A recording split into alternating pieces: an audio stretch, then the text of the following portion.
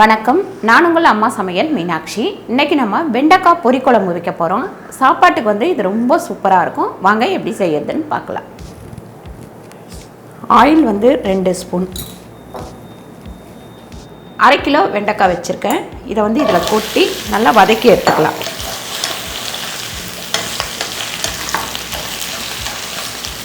இது நல்லா வதங்கின உடனே நம்ம எடுத்து வேறு ஒரு பாத்திரத்தில் கொட்டிடலாம்.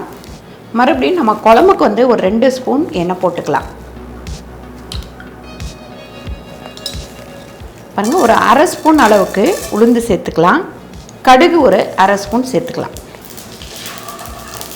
கடுகு நல்லா பொரிஞ்சதுக்கப்புறம் நம்ம வெங்காயம் ஒரு 3 வெங்காயம் நறுக்கி வச்சுருக்கேன். அதை இதில் சேர்த்துக்கலாம். பாருங்கள், நம்ம குழம்புக்கு தேவையான அளவு ஒரு 1/2 ஸ்பூன் உப்பு சேர்த்துக்கலாம்.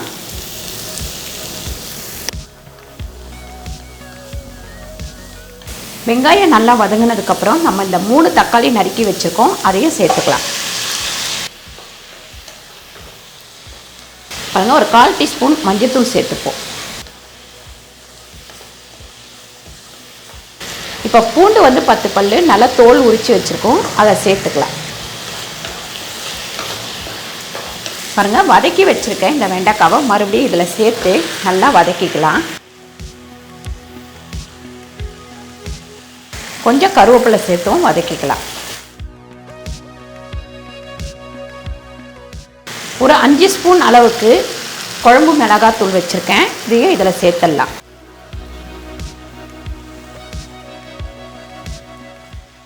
நல்லா வதங்கினதுக்கப்புறம் குழம்பு நமக்கு எவ்வளோ தண்ணியாக வேணுமோ அந்த அளவுக்கு தண்ணி சேர்த்துக்கலாம்.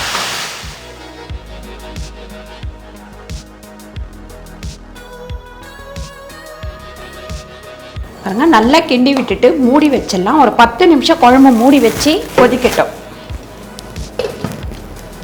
பாருங்கள், தேங்காய் அரை முடியில் பாதி தேங்காய் எடுத்து வச்சுருக்கேன். இதை சேர்த்து நல்லா அரைச்சிக்கலாம். பாருங்கள், இதில் சோம்பு 1 ஸ்பூன் அளவுக்கு சேர்த்துக்கலாம். இப்போ இதை நல்லா நைஸாக அரைச்சி எடுத்துக்கலாம்.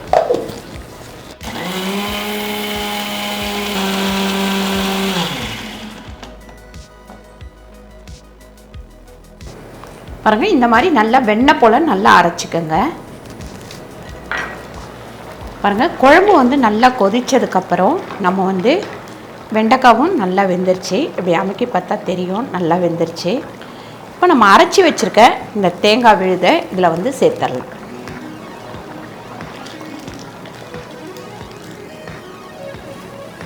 கொஞ்சமாக இதை கலக்கி விட்டுக்கலாம். கலக்கி விட்டுட்டு ஒரு கொதி வந்தால் போதும், குழம்பு இறக்கிடலாம்.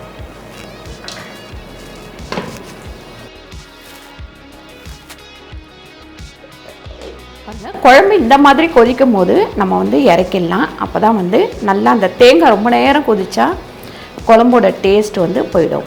அதனால் மீடியமாக கொதிக்கும் போதே நம்ம இறக்கிடலாம். அடுப்பை ஆஃப் பண்ணிவிட்டு இதை ஒரு பாத்திரத்தில் மாற்றிக்கலாம்.